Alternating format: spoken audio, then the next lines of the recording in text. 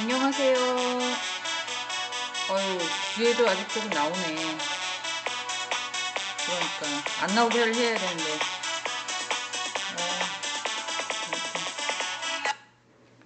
잠깐만요. 자, 가리고 왔는데. 자, 가리고 왔는데. 잘 보이시나요? 네.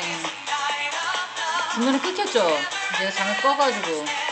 자, 음악이 나오는 동안 그 프랜차이즈 경영학 첫 번째, 두 번째 했던 거 있잖아요. 그 자료를 좀 갖고 오세요. 빨리. 준비해놨어요 라시는 분은 어쩔 수 없고요.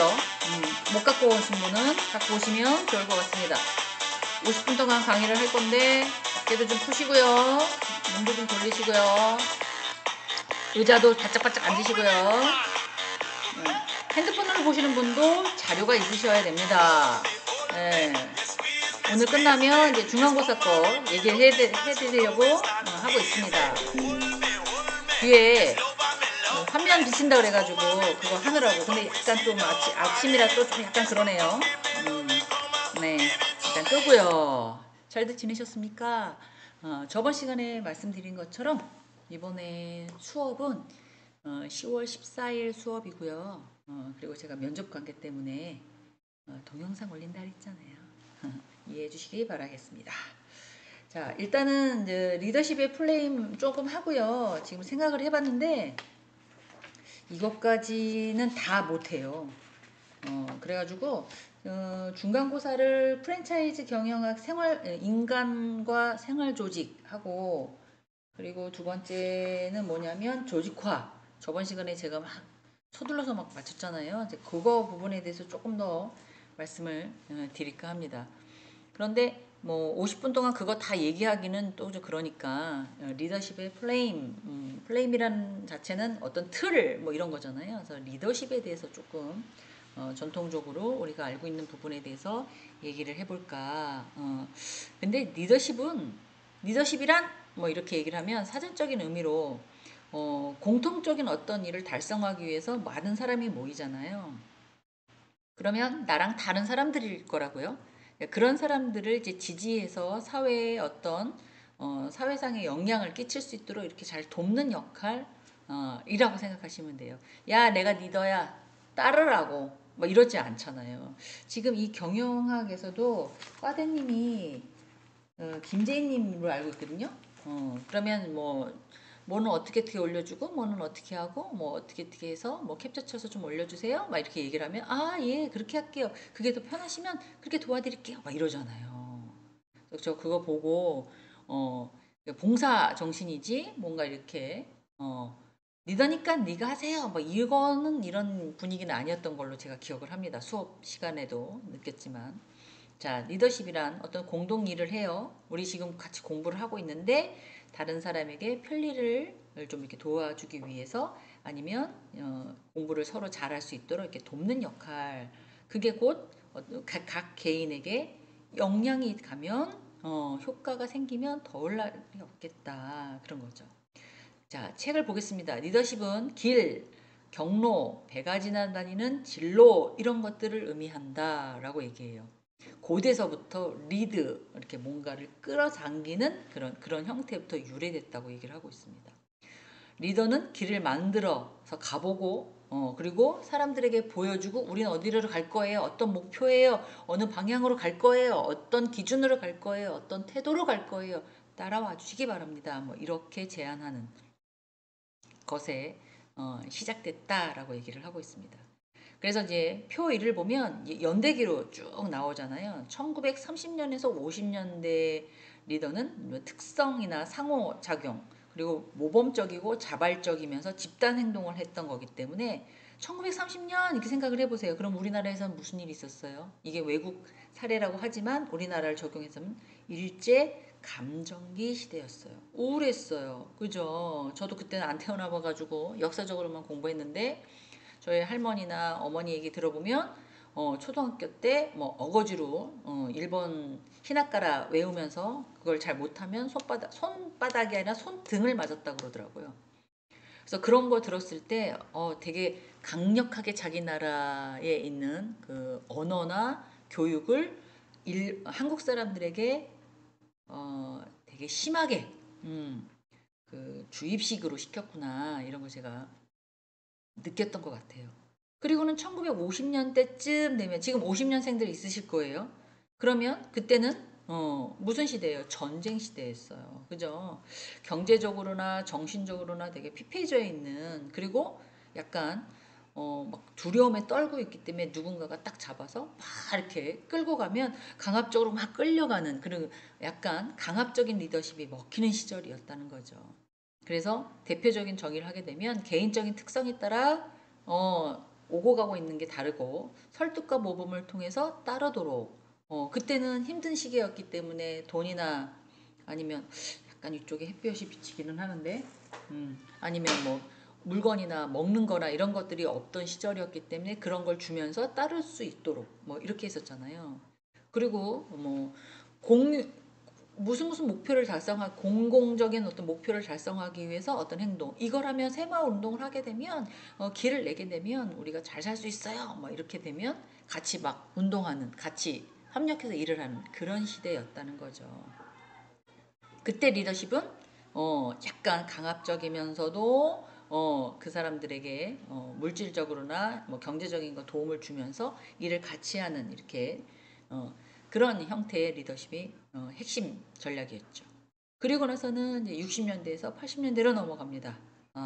60년대생들도 있으실 거라고 생각합니다. 60년 초반, 뭐 중반까지도 가능하다고 있다고 제가 성인학습자들이 있다고 생각하는데 이때는 어떻게 되냐면 4.19 혁명이 됐던 시절이고요. 또 5.16 군사 쿠데타 그래서 민주화가 막 일어나는 시대였고요. 그래서 대학생들이 서울대나 뭐 이런 데서 막 데모를 해서 불타서 사람이 죽었던 그런 시대였어요.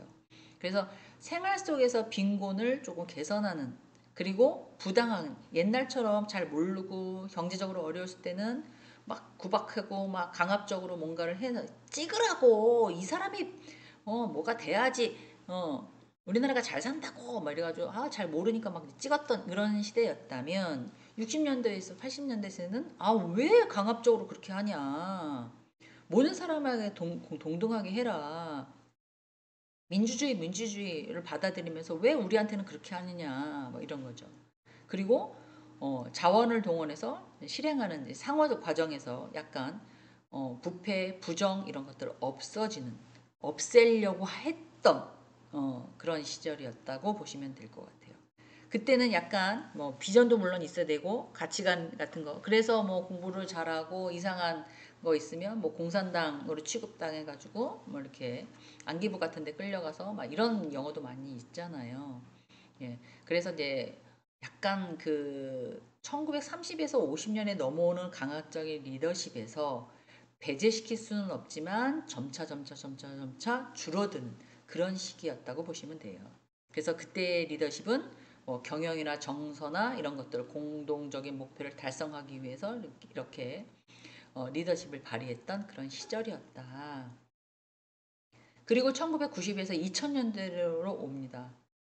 그때 이제 추종자의 자아를 지각해라라고 하잖아요. 이때는 이제 스스로 어떤 효과를 이끌어내는 시기였기도 했고 경제적으로 보면 외환 위기가 있었던 시기였고요.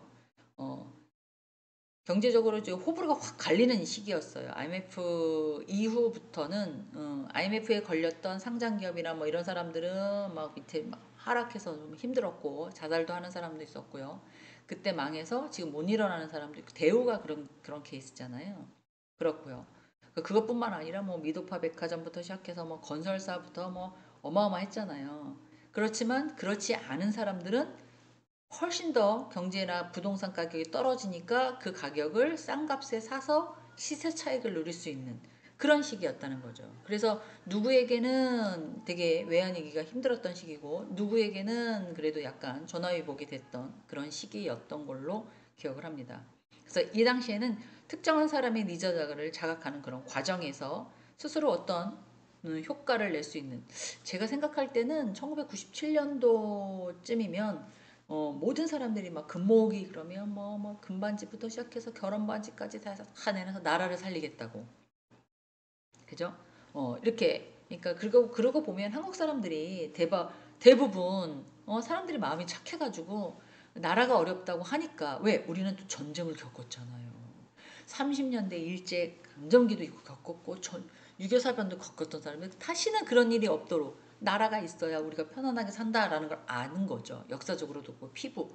왜냐면 바로 위에 어머니, 바로 위에 할머니들이 겪었기 때문에 그 얘기를 뭐 구전동화는 뭐 나 위에 뭐 10대, 3대 뭐 이렇게 되시는 분들에서 되는 거지만 바로 위에 직계에서 그걸 얘기를 해버리니까 아 이렇게 해야겠구나 이런 이제 그런 나라를 살려야 되겠다 이런 게 되게 강했던 그런 시절이었던 걸로 기억이 납니다. 그 다음에 이제 2010년에서 20년으로 올라오면 이때는 이제 사례 경험을 통해서 약간 어드바이스보다는 나는 이렇게 했으면 좋겠어 라고 하는 코칭의 리더가 약간 활발했던 시대라고 보시면 될 것 같아요. 근데 이때는 사회적으로 자연재해 같은 거 옛날에는 그 뭐 너무 막 홍수가 많이 오거나 뭐 땅이 꺼지거나 뭐 이런 것들을 별로 그렇게 아 그런 일이 있겠어? 아유 설마 이랬는데 2010년 이후부터 2000년대부터는 우리가 이제 건설했던 1930년, 50년대 지어놨던 건설이나 이런 것들, 다리 이런 것들이 많이 약해지고 아무래도 조금 세월이 많이 흘렀잖아요. 그러다 보니까 자연재해가 좀 많았던 걸로 기억을 하고 그리고 제일 힘들었던 건 뭡니까? 지금 막 지나갔던 코로나겠죠. 백신으로 인해서 시대가 조금 많이 변하고 환경이 급격하게 변해버렸어요. 안 그럴라 했는데 그렇게 변해버렸어요. 이렇게 동영상으로 제가 컴퓨터 앞에서 이렇게 떠들 거라고 생각을 어떻게 했겠어요. 그죠? 그러면 선생님들은 동영상이나 핸드폰이나 이런 컴퓨터로 저를 바라보고 있을 거라고 제가 어떻게 알았겠어요. 변한 거죠. 환경에 대해서도 많이 변하는 그런 시대였던 거죠. 그래서 경험과 사례에 대해서 나는 이렇게 했었어 이런 피드백을 주면 그 피드백이 나한테 와서 아 난 이렇게 받아서 이거를 실행해야 되겠다 라고 하면 바꾸는 거고 아 나랑은 조금 불적합한 것 같아 그러면 하지 않는 그런 거죠. 그리고 2000 이후에 지금 2023년도잖아요. 이제 공감, 소통 뭐 이런 것들이 잠깐 들어주는 거죠. 듣는 기 그랬구나. 아 정말 대단했다 얘. 뭐 이렇게 인정도 해주고 어머 세상에 어머 너무 슬프다. 어떡해. 남일 같지 않아. 막 이러가면서 상대 마음을 또 읽어주고 이런 것들에 대한 리더십이 일어나는 거죠. 그래서 리더십에 대한 정의가 뭐다라고 얘기하기에는 조금 애매합니다. 리더가 얘기하는 걸 길, 경로, 배가 지나가는 어떤 그런 의미로 옛날부터 생각났고 지금 리더는 혼자서는 리더, 물론 셀프 리더도 있죠. 자기 자신을 스스로 리더하는 거가 기본이겠지만 여기서 말하는 리더십은 얘는 조직 구성원에 들어가 있는 경영 안에 들어가 있는 사명이나 목표나 같은 방향 이익 추구를 원하는 그런 리더십을 배경으로 한다고 제가 말씀드렸잖아요. 그래서 경제나 사회의 환경의 흐름에 따라서 영향을 받는 건 당연하고요. 거기에 따라서 변화가 되는 건 당연할 수밖에 없는 겁니다. 그리고 공동적인 목표를 지향하고 자발적으로 또는 저도 업돼야 되고 내가 소속되어 있는 조직도 업돼야 되는 거기 때문에 사교 작용이 있어야 될 뿐만 아니라 목적 제가 회사를 다닌다면 월급이 올라가고 승진, 휴식, 보상, 인정 이런 걸 받아야 될 뿐만 아니라 내가 소속되어 있는 조직은 이인 추구, 돈을 벌어서 인지도, 브랜드 뭐 이런 것들이 올라가서 서로 보상을 받을 수 있게끔 개인과 조직이 협력해야 된다는 거죠. 아유 조직이 어떻게 되든지 말든지 나는 월급만 받으면 돼. 뭐 이거는 아니잖아요. 음? 그리고 난 괜찮아요. 월급 안 받고 저는 무급을 일할게요. 이것도 안 되는 거잖아요. 생활이 안 되는 거니까. 그래서 리더는 구성원 간의 어떤 보상을 통해서 영향력을 미치는 거다라고 얘기를 하고 있습니다. 그러면 리더는 제가 조금 내려보겠습니다. 리더는 구성원 간의 일과 생각, 정서, 이걸 매개체로 해서 상호작용하는 과정이다라고 되어 있어요. 그래서 이런 상호작용은 시간의 흐름에 따라서 변하고 가변성을 가진다. 이 가변성이란 뜻은 시간의 기본적인 틀이 있고요. 나머지는 자꾸 변한다는 거죠. 우리 형태 아닐까요? 제 몸은 그대로 있어요. 그대로 있는데 얼굴이 변해. 몸도 변해. 자꾸 먹으니까 배는 베들레헴이 되면서 얼굴은 살이 빠지면서 주름이 있으면서 손도 쭈글쭈글해져. 근데 저는 있어. 뭐 이런 거잖아요. 가변성의 그런 뜻이라고 알고 계시면 될 것 같아요. 그래서 좋아질 수도 있고 나는 이상하게 옛날엔 너무 말랐는데 배가 조금 나오니까 그래도 뭐 걸어 다니는데 불편함이 없어. 뭐 이럴 수도 있고요. 나빠질 수도 있어요. 복부에 뭐가 찬 것 같아. 옛날에는 가벼웠는데 뭐 계단 올라가기 너무 힘들어. 뭐 이런 사람들도 있잖아요. 나빠질 수도 있다는 거죠. 시간의 흐름에 따라서 이런 것들이.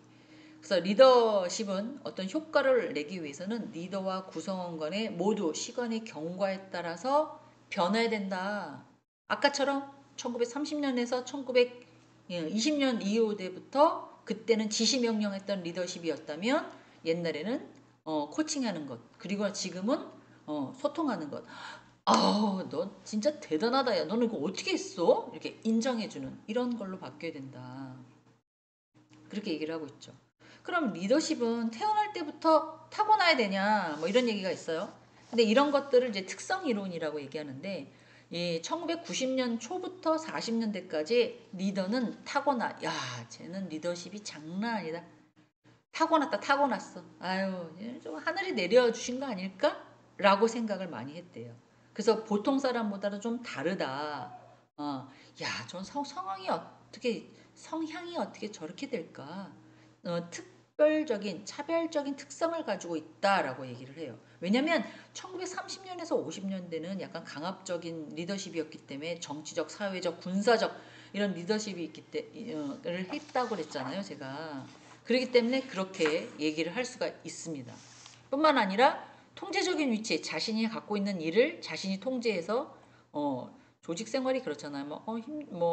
저는 군대는 안 갔다 와서 군대 얘기가 하기가 조금 애매한데 내가 나의 일이 좀 오면 그걸 통제해서 모든 군사 사람들을 다 이끌어서 전쟁에서 이겨낼 수 있도록 무서워요 못 쏠 것 같아요 뭐 이런 친구들도 리더자가 할 수 있어 우리 나라를 위해서 또 우리가 열심히 싸워야 국민이 또 잘할 수 있으니까 그렇게 할 수 있어 내가 하는 거봐 이렇게 보여주면서 하면 이렇게 의기가 또 사기가 돋아서 뭐 전쟁에서 이겨나는 뭐 이런 시대였잖아요. 그리고 자신의 일을 통제할 수 있는가 아니면 환경에 의해서 통제를 믿는가 뭐에 따라서 제약 조건 곧 코로나가 막 지나갔지만 그 환경에 의해서 제약 조건 어디 나가지도 못했잖아요. 그죠? 밥도 같이 못 먹었잖아요. 그리고 우리 집 식구가 코로나에 걸렸으면 병원에 들어가거나 아니면 방에서 안 나오던가 막 이랬었잖아요. 그래서 내부 통제자 자신에게 닥치는 어떤 일에 대한 원인에 대해서 그런 성향을 강하면 자신의 운명으로 주인이라고 생각하는 경우 또는 외부 통제자로 인해서 자신의 닥친 일이 행운이라고 생각하면 외부 환경에 의해서 돌리는 그런 성향이 강하고 자신을 노예라고 생각하는 그런 통제 위치도 마케팅 리더십의 일종이다라고 보시면 돼요. 이런 것들은 이제 상황에 따라서 조금 다르는데요. 통제 위치 보세요. 제가 고등학교 여학생이라고 가정을 한다면 누구한테 통제를 받을까요? 그럼 11시, 1시 이거 돌아다녀요. 그럼 누구한테 통제를 받겠어요? 부모님한테 받는 거죠. 어디니? 지지배가 왜 이렇게 11시까지 싸돌아다녀? 분명히 그러실 거라고요. 밥 무서운지 모르고 빨리 들어와서 공부해라. 이렇게 통제받는 거죠. 그리고 나서 그게 싫어서 결혼을 딱 했어요. 이제 누구한테 통제를 받나요? 남편 어디야? 밥을 왜 안 해줘? 이렇게 통제를 받죠. 그리고 또 시간이 흘렀어요. 아기가 났어요. 엄마 어디야? 배고프다고 이렇게 통제를 받겠죠. 근데 그런 애들이 다 크고 지금 선생님들은 애들이 다 결혼을 하게 되고 하면 또 독립하게 되면 하고 아직 결혼을 안 시켰지만 그래도 너 따로 나 따로 이렇게 살잖아요. 근데 지금 마누라나 남편이 통제를 하나요? 인간아 좀 나가라 돌아다녀라 제발 너 밥 차려주기 싫다 이런 식이잖아요. 그래도 습관이 돼서 어떻게 해? 너무 늦으면 어디에요? 왜 안 와? 뭐 하는 건데? 이렇게는 오잖아요. 나는 그런 거 하나도 없어요. 내가 들어가고 싶으면 들어가고 나오고 싶으면 나와요. 뭐 이런 거다. 아주 바람직한 가정생활을 하고 있다는 거 통제를 받죠. 뭐 어디 뭐 여행 갔다 올게 뭐 그랬어. 근데 2시, 3시 이렇게도 안 와. 그러면 아무래도 문자 한 통을 하잖아요. 이제 이런 것들을 얘기를 하는 거죠. 자신에게 일어나는 일들을 통제할 수 있다고 믿느냐. 대부분 이게 습관, 습성, 규칙, 규율 이런 게 살았기 때문에 몇 시면 자고 몇 시면 일어나고 뭐 이런 거를 우리가 이제 틀에 박혀서 하고 있잖아요. 자, 마카멜리즘이라고 해서 이 사람은 이제 정치 사상가라고 보시면 됩니다. 어, 리콜로 마키아벨리에서 나온 말이긴 한데요. 절대 왕정 시대의 군주와 정치가가 목적을 달성하기 위해서 수단을 가리지 않고 권모술수 들어보셨죠? 속닥속닥속닥 속닥속닥속닥 이렇게 얘기하는 거. 이제 거기에서 비롯된 거라고 얘기를 하시면 돼요. 마카리즘이라는 게. 이게 국가를 유지하고 발전하기 위해서 어떤 수단과 방법을 허용한다는 국가 지상주의적인 정치적인 사상이다라고 얘기를 하고 있습니다. 근데 국가가 없으면 국민이 없는 거잖아요. 즉 학교가 없으면 학생이 없는 거잖아요. 학교도 없는데 뭐 다른 학교가 생겨났는데 온 거잖아요. 이런 성향의 수단의 목적을 중시해서 자신이 원하는 것을 얻는 것들, 다른 사람을 속이거나 조종하는 욕구의 이런 개념을 마케밀리즘이라고 얘기를 하고 있습니다. 이 리더십에는 약간 모든 걸 또 배제시킬 수는 없고요. 이런 것들이 조금씩 가미해서 양념을 어떻게 치느냐. 아우 짜다. 막 이랬어요. 우리는 조금 짭짤하게 먹어요. 뭐 이럴 수도 있고, 너무 싱겁다. 간이 안 됐어. 우리 집은 조금 싱겁게 먹어요. 뭐 이럴 수 있잖아요. 그러니까 이런 뭐 통제 위치라든가 마칼리즘 이라든가 뭐 기타 등등의 이런들을 리더십에 대해서 알고 있다가 조금씩 이렇게 양념으로 넣어서 요렇게 하면 좋겠구나. 뭐 이런 거. 예를 들어서 내가 어떤 모임에 어, 회장을 했어요. 했는데 새로운 사람이 저 회장 마음에 안 든다고 막 권모술수 해가지고 뭐 지네들끼리 해가지고 막 그 사람을 저를 몰아내려고 해. 내가 하고 있는데 얼처구니가 없죠. 빡치죠. 그러게 되면 뭔 소리야. 저가 갑자기 와가지고 나한테 저러네? 저 웃기지도 않네? 막 이러면 어떻게 해요? 뭐 이런 거 마칼리즘 같은 거 하는 거잖아요. 쟤 막 나랑 친한 사람한테 쟤 왜가 나한테 와가지고 우리한테 와가지고 왜 저래? 얼마 안 됐는데 우리랑 사상이 안 맞는 것 같아. 쟤 아닌 거지 않아? 쟤 모임에서 빼야 될 것 같아. 막 이런 거잖아요. 그럼 그게 뭐야? 어떤 수단하고 방법을 가리지 않고 저는 제 자리를 지키기 위해서 또 내 구성원들을 지키기 위해서 작은 모임이지만 지키기 위해서 이렇게 마칼리즘 같은 걸 한다는 거죠. 이해되셨어요? 네. 그래서 표 1을 보면 주도형하고 사고형, 신중형, 안정형 이런 것들의 행동적인 특성을 갖고 있다. 주도형, 사고형, 신중형, 안정형 행동이 뭔데요? 사람의 특성이라고 보시면 돼요. 사람의 특성. 이 사람이 예를 들어서 주도형이다. 외향적인 사고를 갖고 있고 뭔가를 달성하기 위해서 막 극복하는 사람. 이런 사람은 영업도 좋고요. 대표자도 있을 수 있고요. 사업가도 해당이 됩니다. 그리고 임기응변이 좋고 변화에 따라서 잘 적응해서 대처하는 사람. 어디를 딱 놀러 갔는데 막 댄스를 치고 있어. 같이 노시죠. 막 뭐 이렇게 나는 책 보고 음악 듣는 게 좋지. 그렇게 몸으로 때우는 거 별로 안 좋아해요. 뭐 이러면 또 같이 못 어울리는 거잖아요. 그럼 주도형이 아닌 거죠. 신중형인 거죠. 안정형이고 그런 사람들은. 그리고 여기 보면 목표를 딱 정하면 무조건 밀고 나가는 거야. 자, 오늘은 산에 갑시다. 막 이랬는데 산이 너무 돌이 많아. 바위도 많고 못 올라가 못 올라가. 뭔 소리 하는 거야. 운동도 좋고 운동도 되고 아주 좋습니다. 같이 가시죠. 제가 밀어드릴게요. 그러면서 막 밀면서 올라가요. 리더가. 성향인 거죠. 그러면 막 다리 아픈데 그냥 밀니까 가지 뭐 이러면서 또 가시잖아요. 또 옆에 사람들은. 그게 목표 지향적, 보수 영향적 이런 거죠. 자기네 의견을 주장해서 변화를 도전해서 같이 막 밀고 가는 이런 사람들은 목소리도 크고 제스처도 조금 제가 지금 선생님들 머릿속에 쏙쏙 들어오라고 막 생쇼하면서 액션하면서 춤춰가면서 막 누구 흉내내면서 막 손뼉 쳐가면서 막 얘기하잖아요. 주도형으로 제가 얘기를 하고 있는 거죠. 왜? 그게 더 성인학습자들한테는 더 좋으니까. 그 다음에 사교형 보겠습니다. 외향적인 감정에 다른 사람을 설득하는 것들, 즐거움을 추구하고 분위기 메이커, 그러셨어요. 약간 주도형은 약간 강압적이라면 사교형은 요것도 저것도 아닌 공감과 이해와 배려가 포함되어 있는 그런 형. 어떤 사람한테는 신중형한테는 맞다. 난 자기처럼 이렇게 과묵한 사람이 너무너무 좋아.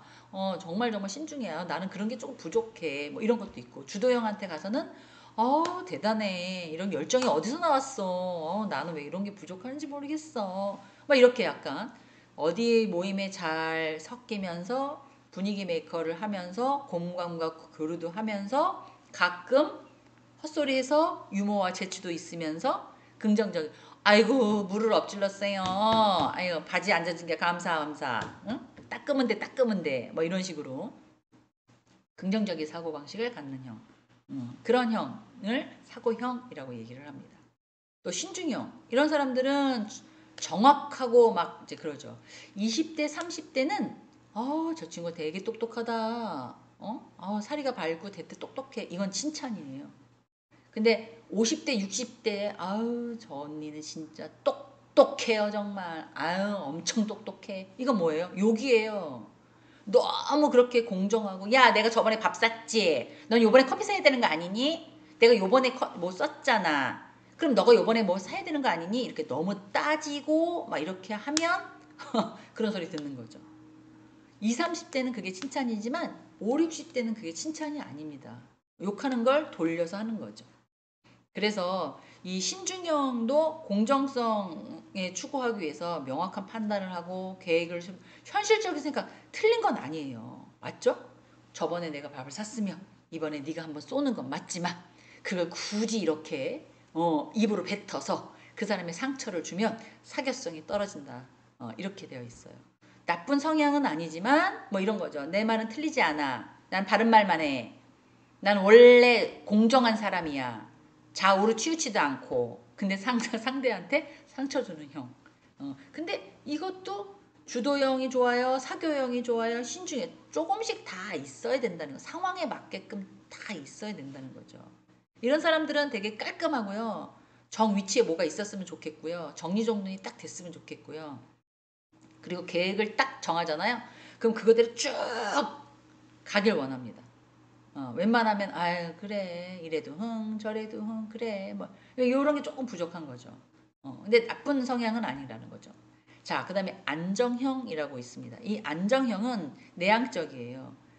감정형으로 다른 사람과 협력해서 좀 조용하게 언니 이거 이번에 할 건데 같이 할래요? 그러면 그래 같이 하자. 그러면서 나대지는 않으면서 잘 도와주는 것.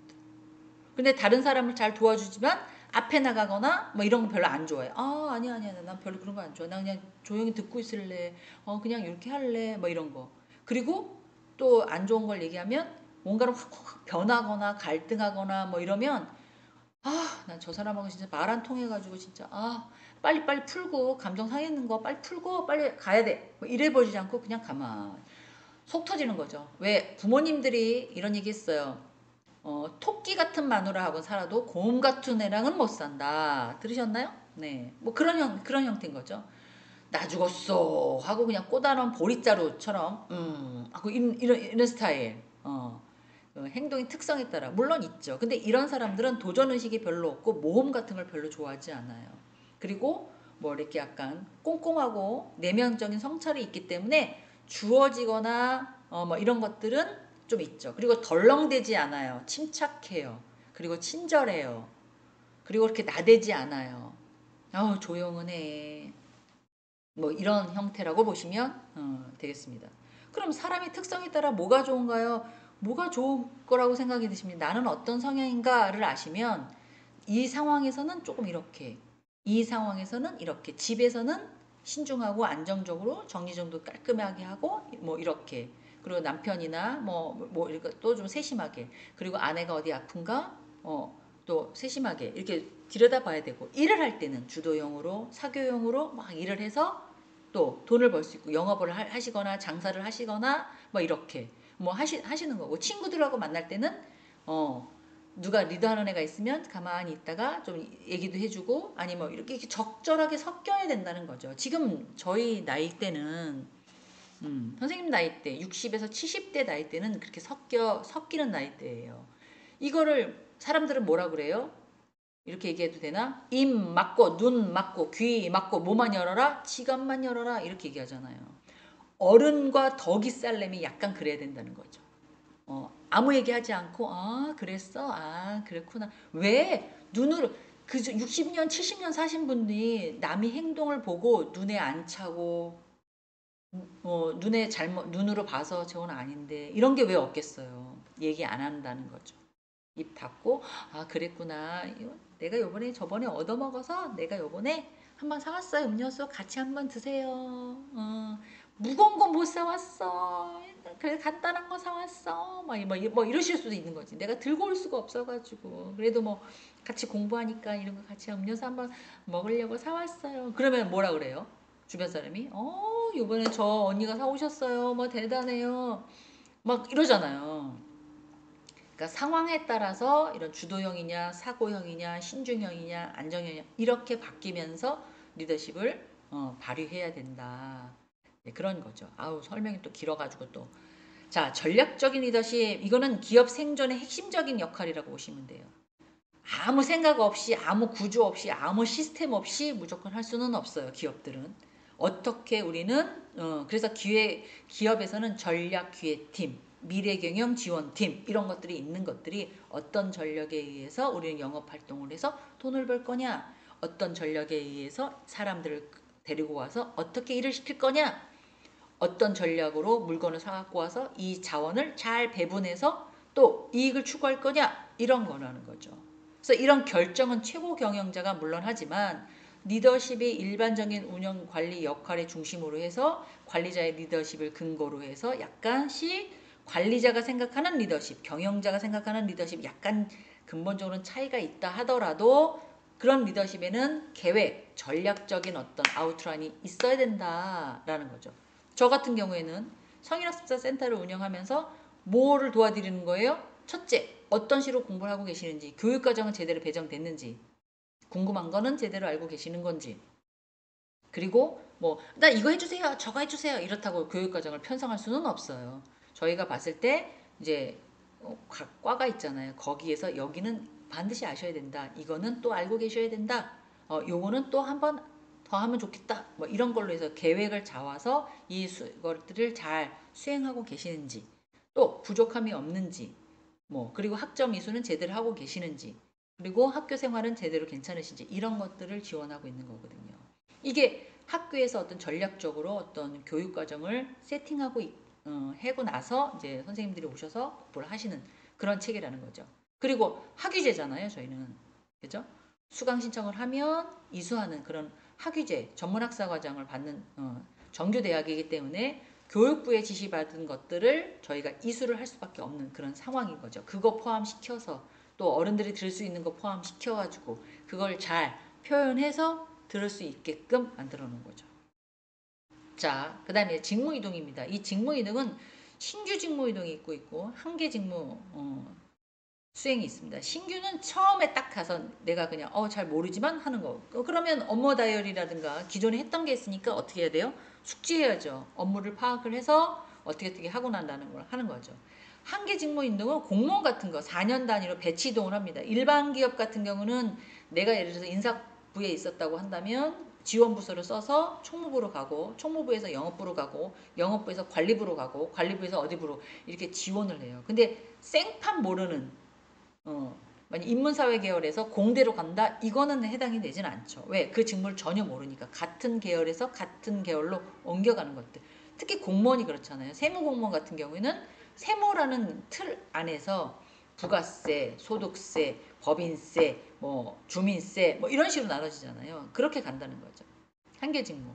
새로 생긴 직무는 내가 맡을 수 있는 것들, 처음에 내가 해서 할 만한 것들, 이런 것들을 얘기하는 거죠. 직무는 이동이 됩니다. 그리고 대기업이면 일수록 분야가 조금 좁아요. 그래서 대기업에 많이 가시는 분들은 한 분야에 대한 직무만 완전히 프로페셔널하게 알고 계시죠. 그런데 상장기업이라든가 중견기업에 가시는 분들은 좀 아웃라인을 전반적으로 보실 수 있죠. 햇볕이 점점점 들어와서 제가 자꾸 이동을 하는데, 제가 봐도 약간 그러니까 이렇게 뒤에 비쳐서 안 보인다고 그러셔가지고 제가 조금 이동을 해야겠습니다. 이렇게 하면 좀 나실라나? 뒤에 벽을 가고 싶은데 이 선이 또 짧아요. 코드도 없고. 진짜 좀 불편합니다요. 진짜 주어진 조건 안에서 재밌는 영상을 찍으려니까 아주 불편합니다. 자, 그 다음에 장애 극복입니다. 장애 극복. 이거는 어려운 사업의 여건. 물론 모든 사람들이 장애는 다 있죠. 당연한 거 아닙니까? 처음부터 조그만 카페를 차렸는데 카페가 너무 잘 돼요. 그럼 막 대박 난 거죠. 근데 오픈빨이라고 그러죠. 오픈빨. 오픈빨이 지나고 나면 장사가 또 안 해요. 그럼 레시피나 이런 것들에 대해서 좀 개발을 하거나 아니면 어떤 뭐 새로운 상품을 개발하거나 뭐 이러는 거죠. 어려운 사업에 대해서 여건을 다 극복할 수밖에 없어요. 그리고 우리가 할 수 없는 그런 사업들이 있어요. 일반 사업, 전기 사업, 통신 사업 이런 것들은 진입 장벽이 높아요. 국가에서 딱 잡고 있는 거기 때문에 저희가 할 수가 없는 사업이거든요. 그래서 할 수 있는 사업에서 서로 주머니 나눠 먹기씩 하다 보니까 도태될 수밖에 없는 거죠. 그다음 최고 경영자 층에서 지원이나 어떤 부재, 나 여기서 안 할래, 아니면 난 여기서 나갈래, 아니면 다른 데로 더 돈 많이 주는데 갈래, 이래버리면 뭐 리더자가 없으니까 개인적인 지원에 대한 부재, 네가 하던지 말던지 저는 안 움직여요. 그냥 안 하려고요. 그냥 별 관심이 없어요. 뭐 이런 거죠. 최고 경영자가 예를 들어서 뭐 삼성 같은 경우에는 원하지도 않았지만 뭐 약간 뭐 경제적인 관점에 의해서 뭐 정치적으로 약간 형을 살았잖아요. 그랬을 때 삼성에서는 결제가 전혀 안 됐다 그러더라고요. 그래가지고 일부에서는 결제가 안 되니까 웬만하면 삼성의 경제가 안 돌아가니까 웬만하면 좀 빨리 풀어달라고 막 이런 얘기 했던 걸로도 기억을 납니다. 그리고 어려운 보스, 뭐 대화가 안 돼, 소통이 안 돼, 뭐 이런 것들이면 조금 문제가 없지 않아 있었지 않았나. 이런 것들을 가지고 이제 하나씩 얘기해 보겠습니다. 전략적 리더십의 스타일에서 기업가형이라고 나오는데요. 이 기업가형은 창업 정신을 충만해서 조직의 전력을 두고 자신의 개인적인 특성이나 뭐 성격이나 카리스마, 아까 말씀드린 것처럼 주도형이냐 사고형이냐 신중형이냐 안정형이냐에 따라서 조금씩 달라겠지만 구성원들의 영향을 미칠 수밖에 없다. 근데 자리가 누구 만든다? 사람 만든다. 자리가 사람 만든다. 이런 얘기 들어보셨죠? 그렇게 됩니다. 어떤 자리가 되든 내가 이 일을 해내려고 하기 때문에 구성원들의 약간 전반적인 것들을 모든 다 볼 수가 있고 관심이 있죠. 보는 시각이 달라지는 거죠. 사원이었을 때 바라보는 회사와 대리 있을 때 바라보는 회사와 과장 있을 때 바라보는 거 또 사장 다 다르죠. 그렇잖아요? 또 쉽게 말하면 여러분들이 아들과 딸로 부모님 밑에서 자랐을 때 세상과 막 결혼하려고 주변 사방 보고 막 했던 때 20, 30대 사람과 지금 결혼해서 애들 다 기르시고 할머니 할아버지 되신 다음에 세상과 보는 시각은 어때요? 어떤 사람의 행동을 딱 보면 아유 그래 열정적이다 그래 봤자다 난 그래도 너보다 더 많이 살았다 막 이러시잖아요 사실. 근데 그거를 밑에 후배들한테 또 지금 막 잘하는 사람한테 얘기하면 걔네들이 뭐라 그래요? 웃긴다 그러잖아요. 아유 꼰대 같은 소리 하고 앉았네. 막 그러잖아요. 그러니까 얘기 안 하고 내비두는 거죠. 왜? 겪어야 되니까 그 사람도 몰라요. 이렇게 학습적으로 얘기하는 거 외에는 어떤 이런 어드바이스나 이런 것도 조언이나 코칭 이런 것도 저 사람이 얘기하는 걸 내가 들어야지라고 해야 들리지. 꼴값 달고 있네. 윗사람 노릇하고 있네. 뭘 안다고. 이런 사람한테 얘기해봤자 귀에 들리지도 않는단 말이에요. 그러니까 제일 좋은 건 뭐예요? 제가 햇볕이 들어와가지고 신경 쓰이네. 자, 뭐 한 10분 정도, 40분이라 10분 정도 남았습니다. 조금만 기다리세요. 그다음에 관료형, 이거는 최고 경영자가 개인의 조직을 주도하는 것이 아니라 공식적인 시스템에 의해서 규칙이나 뭐 규율 이런 걸로 조직의 경영 이런 것들이 이루어지도록 운영하는 것들을 얘기해요. 관료형. 어디에 제일 많이 들어갈까요? 공무원.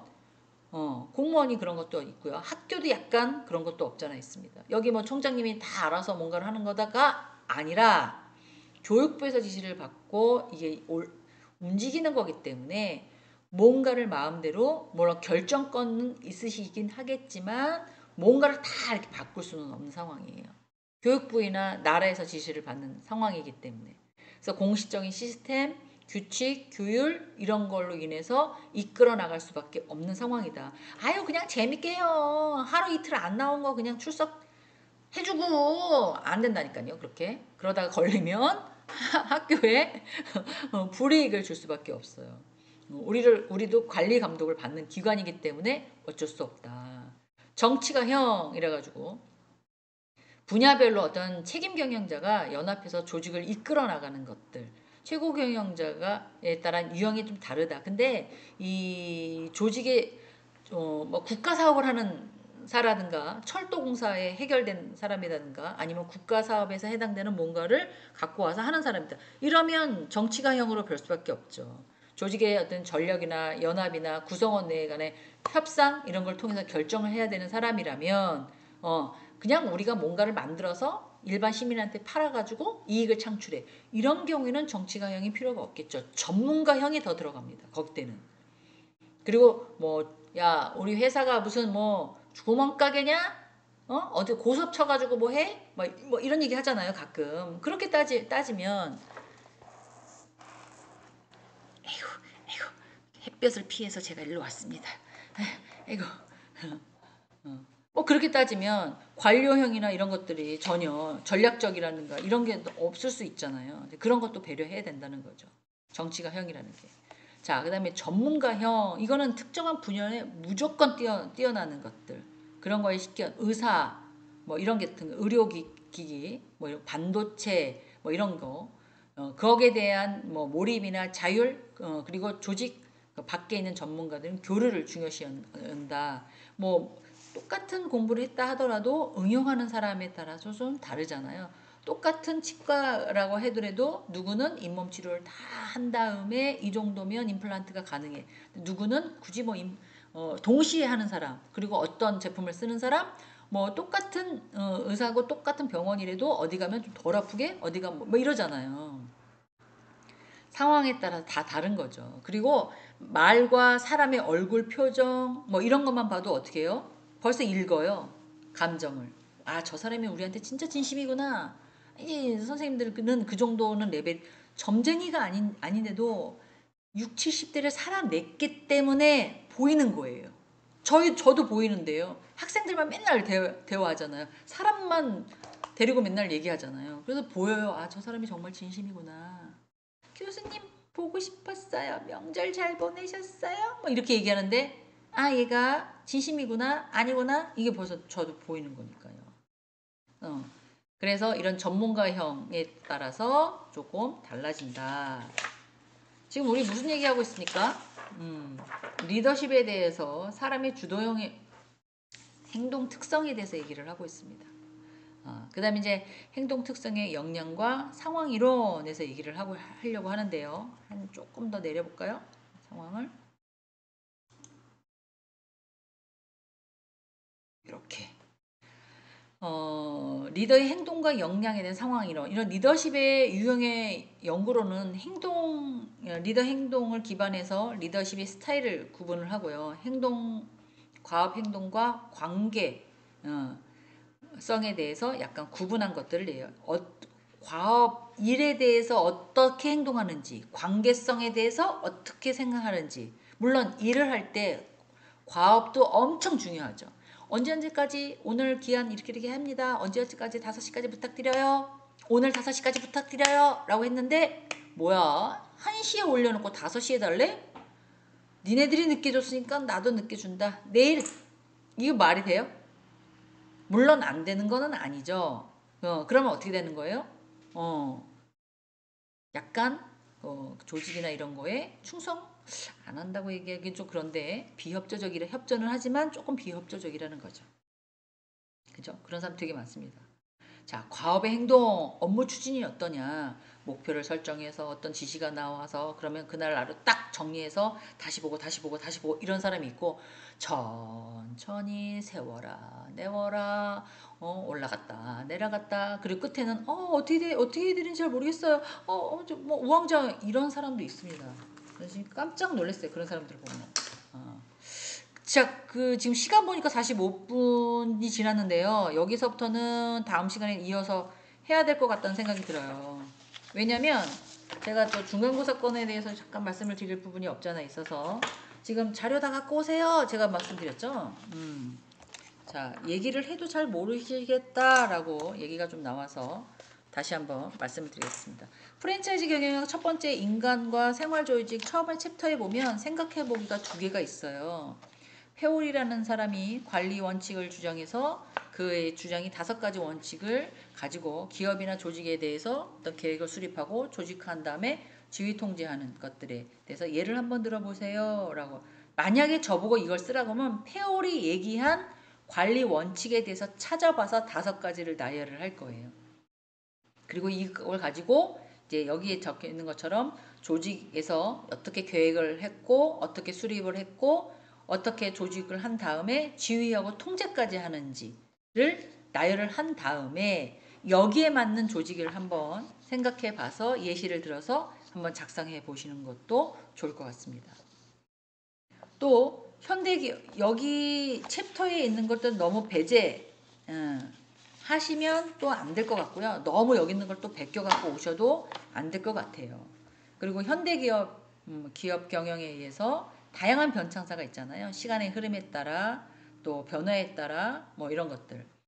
그런 걸 한번 적어 놓으시고 내가 어떤 걸 운영하거나 내가 어떤 기업을 다녔거나 뭐 이런 것들에 대해서 기업이나 조직을 나열한 다음에 어떤 방식으로 운영했더니 좋았더라. 장사가 잘 됐더라. 어떤 게 해봤더니 뭐가 좋았더라. 뭐 이런 식으로 한번 작성을 해보시는 것도 좋을 것 같습니다. 그리고 두 번째는 조직화였는데요. 조직화도 조금 맨 뒷장을 보면 제가 저번 시간에 했던 부분이잖아요. 그러면 문제가 몇 개인가요? 4개입니다. 문제가. 기업이 경영하고 있는 조직화는 필수 조건이다. 그럼 조직화에 대해서 조금 나열을 하시고요. 본인이 생각하고 운영했던 그런 조직화. 그리고 본인이 꼭 나는 아무것도 안 했는데 본인이 옛날에 직장에 다녔을 때에는 분화하고자 조직의 분화 나눠서 뭘 하는 거. 수직적인 조직. 우리는 사장 밑에 대리 사장 밑에 이사 대리 나 이렇게 있었어. 그러면 이제 이런 거. 그리고 각자 그 사람이 어떤 일을 했고 뭐 분할 모든 사람이 다 알 수는 없잖아요. 사장은 그때 어디 가서 뭐 영업을 해왔고 금융기관을 했고 이사는 어떤 때는 어떤 일을 했었고 뭐 과장은 어떤 일을 했었고 나는 어떤 일을 했었다. 뭐 이런 것들 이렇게 해서 우리는 어떤 식이었다. 내가 여길 그만두고 다리를 갔는데 거기는 어떤 계열이더라. 그래서 본인이 내가 만약에 사장이라면 if 만약에 가정이죠. 라고 한다면 나가 경영자라면 어떻게 결정을 해서 어떻게 하는 것이 타당할 것 같다. 내 경험상에는 뭐 인사팀, 총무팀, 영업팀이 있지만 인사팀에서는 어떻게, 총무팀에서는 어떻게, 영업팀에서는 어떻게 하는 것이 타당하더라. 뭐 이런 거를 적으시면 좋을 것 같아요.